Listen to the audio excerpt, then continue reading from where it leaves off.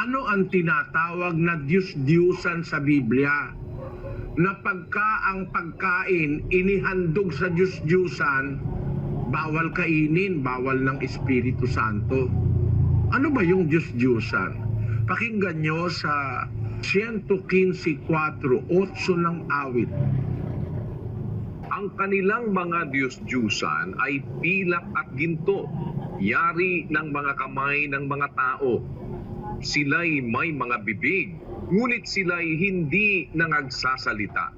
Mga matay mayroon sila, ngunit hindi sila nangakakakita. Sila'y may mga tainga, ngunit hindi sila nangakakarinig. Mga ilong ay mayroon sila, ngunit hindi sila nangakakaamoy. Mayroon silang mga kamay, ngunit hindi sila nangakatatangan. Mga paa ay mayroon sila, ngunit hindi sila nangakalalakad.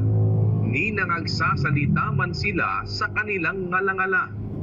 Ang nagsisigawa sa kanila ay magiging gaya nila. Oo, bawat tumitiwala sa kanila. Kaya pinakikilala po ng Biblia, ano ba yung tinatawag na mga Diyos-Diyusan? Sa Kapampangan, idolos. Ang sabi po dyan, ang kanilang mga Diyos-Diyusan, pilak, ginto, yari ng mga kamay ng mga tao. Meron din niyang kahoy, meron din niyang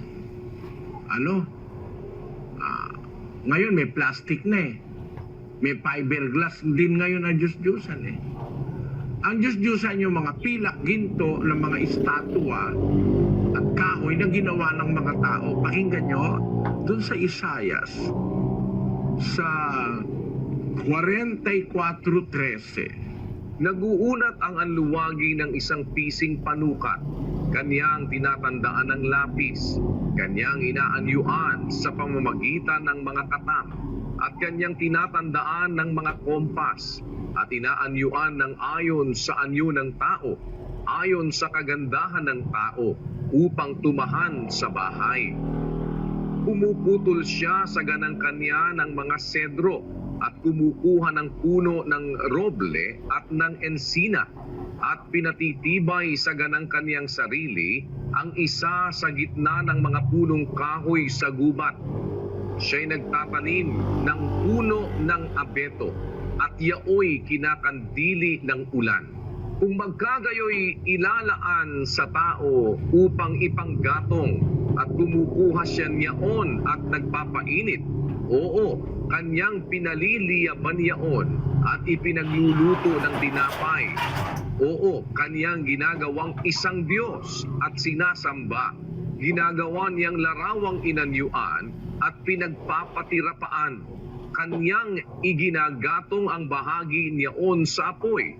Ang bahagi niyaon ay ikinakain niya ng karne. Siya'y nag-iihaw ng iihawin at nabubusog.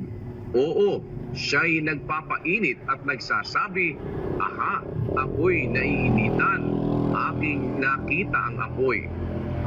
At ang labis niyaon ay ginagawa niyang Diyos. Sa makatwid bagay, kanyang larawang inanyuan, kanyang pinagpapatirapaan at sinasamba, at dinadalanginan at nagsasabi, iligtas mo ako sapagkat ikaw ay aking Diyos. Hindi sila mga kakaalam o nagsisigulitaman sapagkat ipinikit niya ang kanilang mga mata upang sila'y huwag mga kakita at ang kanilang mga puso upang huwag silang mga kaunawa. Ayan, nakita nyo mga kapatid, ang tinutukoy palang Diyos-Diyusan, ginagawa sa pilak, ginto, merong kahoy. Pumuputuli kayong anluwagi ng kahoy ng roble, ensina, at saka abeto. Noon sa Israel, iyon ang pinakamatitibay na kahoy ensina, roble, at saka abeto. No? Hindi pwede kasi yung kahoy na marupok Sandali lang matutunaw yun Kagaya halimbawa ng palot China. Magaang kasi yun Ang ipinipili nilang kahoy para gawin yung larawang inanyuan, yung matitigas na kahoy na kanilang inaano, oh. Yan, ganyan ang ginagawa, oh. Nilalagyan niya ng anyo ng isang tao, tapos pinagpapatiraan, nananalangin siya, sumasamba siya, at sinasabi niya doon sa punong kahoy na ginawa niyang Diyos-Diyusan, ikaw ang aking Diyos, iligtas mo ako. Yan. Hindi ko nasasabihin sa inyo kung sino gumagawa niya, alam niyo na yan. Baka sabihin niyo, inaatake ko pa kayo eh. Kung iintindihin niyo yung nasa pasyon, sukat mo ikang malaman sa sulat na papalaman. Nasa Biblia, ang poong Diyos nga lamang, siyang dapat naluhuran at sambahin gabit araw. Pagka lumuhod ka sa kahoy, yung pagluhod mo, ginagawa mo siyang Diyos mo. Kasi ang Diyos lang ang dapat luhuran eh. Kaya ang tawag doon sa Biblia, pagsamba sa Diyos-Diyusan. Yan pong Diyos-Diyusan, mga kapatid. Kasuklam-suklam yan sa Diyos. 4:3 ng unang Pedro. Sapagkat sukat na ang nakaraang panahon upang gawin ang hangad ng mga hentil na lumakad sa kalibugan, sa mga masamang pita, sa mga paglalasing, sa mga kalayawan, sa mga kayamuan, at sa kasuklam-suklam na pagsamba sa mga Diyos-Diyusan. Kasuklam-suklam po yan. Yung luhuran mo yan, dalanginan mo yan, yung iba nakakatwiran pa eh.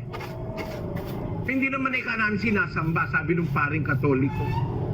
Sino may sabi siya hindi mo sinasamba, nananalangin ka nga eh. Sabi niya, yan ika, paalala lang sa amin yan. Hindi namin yan sinasamba, ginagalang namin. Gaya ng magulang mo ika. Tanggapin ko na. Paggalang yung ginagawa mo, gaya ng magulang mo. Yung bang magulang mong ginagalang mo, nananalangin ka ba ron? Yung ginagalang mo bang magulang, nilalagyan mo ba yung retrato niya ng sampagita, saka tinitirikan mo ba ng kandila?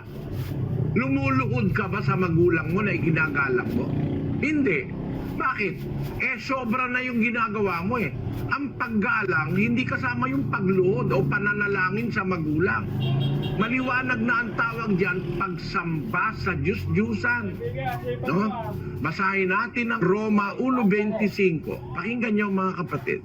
Sapagkat pinalitan nila ang katotohanan ng Diyos ng kasinungalingan at sila'y nagsisamba at nangaglingkod sa nilalang kaysa lumalang na siyang pinupuri magpakailanman siya nawa. Kasinungalingan pala sa Diyos yan eh. Kaya pala yan, kasuklam-suklam na pagsamba sa Diyos-Diyusan, ang sabi ni Pedro, sukat ng nakaraang panahon upang gawin ang hangad ng mga hintil, lumakad sa kalibugan, masabampita, paglalasing, kalayawan, kayamuan, at sa kasuklam-suklam na pagsamba sa mga Diyos-Diyusan. Kasuklam-suklam po sa Diyos yan eh. At kung yung Diyos-Diyusan, kasuklam-suklam ang pagsamba dyan, ay ang sabi po ng binasa natin sa uling talata, pinalitan ng wika nila ang katotohanan ng Diyos ng kasinungalingan. Sila'y nagsisamba at naglingkod sa nilalang kaysa sa lumalang. Yung bang niluluhuran mo, dinadalanginan mo, nilalang ba yan o lumalang? Dinalanginan mo si Maria, ginawan mo ng estatwa, tapos niluhuran mo. Si Maria ba nilalang o siya ba ang lumalang? O halimbawa, dinalanginan ng mga Bombay ang baka. Yung baka ba nilalang ba yun o yun ba lumalang? No? Pagka sinasamba mo ay nilalang at hindi yung lumalang, kasinungalingan yon. Kasuklam-suklam yon na pagsamba sa Diyos-Diyusan. Kapatid, pag ikaw ay nananalangin at lumuluhod, hindi doon sa lumalang, na yung lumalang yun ang Diyos. At ang pinupuri mo at sinasamba mo yung nilalang, pagsamba sa Diyos-Diyusan yun. Yan po ang kasuklam-suklam sa Diyos. pagsamba sa mga nilalang kaysa ang sambahin yung lumalang. Ang tawag po dyan, pagsamba sa Diyos-Diyusan. Alin yung Diyos-Diyusan? Ginawa ng kamay ng tao, galing sa pilak, galing sa ginto, o galing sa kahoy, na inanyuan ang anyo ng isang tao, tapos binihisan, tapos nilagyan ng bahay, katedral pa yan, laki. Buti pa nga yun, may bahay, yung squatter wala tao yun yung mga bahay niyang mga Diyos-Diyosan nalalaki. Kasuklam-suklam po sa Diyos yan mga kapatid. Huwag kayong magagalit sa akin. Biblia po ang nagsasabi niyan. Lumuhod ka dyan, manalangin ka dyan, kasuklam-suklam sa Diyos. Kaya ngayon, alin ba yung Diyos-Diyosan? Yung hindi tunay na Diyos. Hindi tunay na Diyos, dinidiyos lang. Kaya ang tawag yung Diyos-Diyusan. Parang hindi tao, hindi tunay na tao, tau-tauhan, kabayo-kabayuhan, tau-tauhan, Diyos-Diyusan. Hindi tunay na Diyos, hindi dapat sambahin, sinasamba. Marami sa Katoliko niyan Pati anghel, sinasamba ng Katoliko, mga kerubin. Meron silang mga estatwa ng kerubin, sinasamba nila. Bawal po ng Diyos yan Kahit na anghel pa. Nilalang din yan, hindi naman lumalang ang anghel Tingnan ninyo si San Juan, lumuhod sa anghel, pinagbawalan ng anghel. 22:8 ng Apokalipsis. At akong si Juan, ako ang nakarinig at nakakita ng mga bagay na ito. At nang aking marinig at makita, ay nagpatira pa ako upang sumamba sa harapan ng anghel na nagpakita sa akin ng mga bagay na ito. At sinasabi niya sa akin, ingatan mong huwag gawin iyan. Ako'y kapwa mo alipin at ng iyong mga kapatid na mga propeta at ng mga tumutupad ng mga salita ng aklat na ito. Sumamba ka sa Diyos. Ayaw nung anghel lumuhod sa kanya si Juan Huwag mong gagawin yan. Ako rin alipin kagaya mo ng iyong mga kapatid na propeta na sumusunod sa utos ng Diyos. Sumamba ka sa Diyos. Ang sasambahin lang hindi anghel, hindi tao, hindi Diyos-Diyusan. Ang sasambahin lang ang Diyos. Ang Diyos lang luluhuran at sasambahin gabit araw. Bakit araw-araw ka lumuluhod kay Maria? Nilalang din yun, hindi naman Diyos yun Sabi nung mga ibang Katoliko, kayo naman hinahamak nyo si Maria. Alo? Kami pa humahamak kay Maria. Ginagalang namin si Maria. Kasi ang Diyos ang may sabi, huwag kang sasamba sa nilalang. Nilalang si Maria. Giving her our due respect, hindi namin sasambahin si Maria. Hindi kami luluhod kay Maria. Dahil ba wala kaming galang kay Maria? Hindi. Dahil naniniwala kami kay Maria. Dahil si Maria man, sumamba sa Diyos. Hindi siya nagpasamba. Nung nandito siya sa ibabaw ng lupa, hindi siya dinalanginan. Sumama siya sa mga apostol na nanalangin sa Diyos. Basahin natin ang 1:13 ng Gawa. At nang sila'y magsipasok sa bayan, ay nagsiakyat sila sa silid sa itaas, na kinatitirikan nila ni Pedro at ni Juan at ni Santiago at ni Andres, ni Felipe at ni Tomas, ni Bartolome at ni Mateo, ni Santiago na anak ni Alfeo at ni Simong Masikap at ni Judas na anak ni Santiago. Ang lahat ng mga ito'y nagsisipanatiling matibay na nangagkakaisa sa pananalangin na kasama ang mga babae at si Maria na ina ni Jesus at pati ng mga kapatid niya. Kita nyo? Lahat ng apostol na nanatiling matibay, nagkakaisa sa pananalangin, kasama nila yung mga babae. Si Maria Magdalena, si Maria ang asawa ni Cleopas, at saka si Maria na ina ni Jesus. Pati si Maria na nanalangin sa Diyos kasama mga apostol.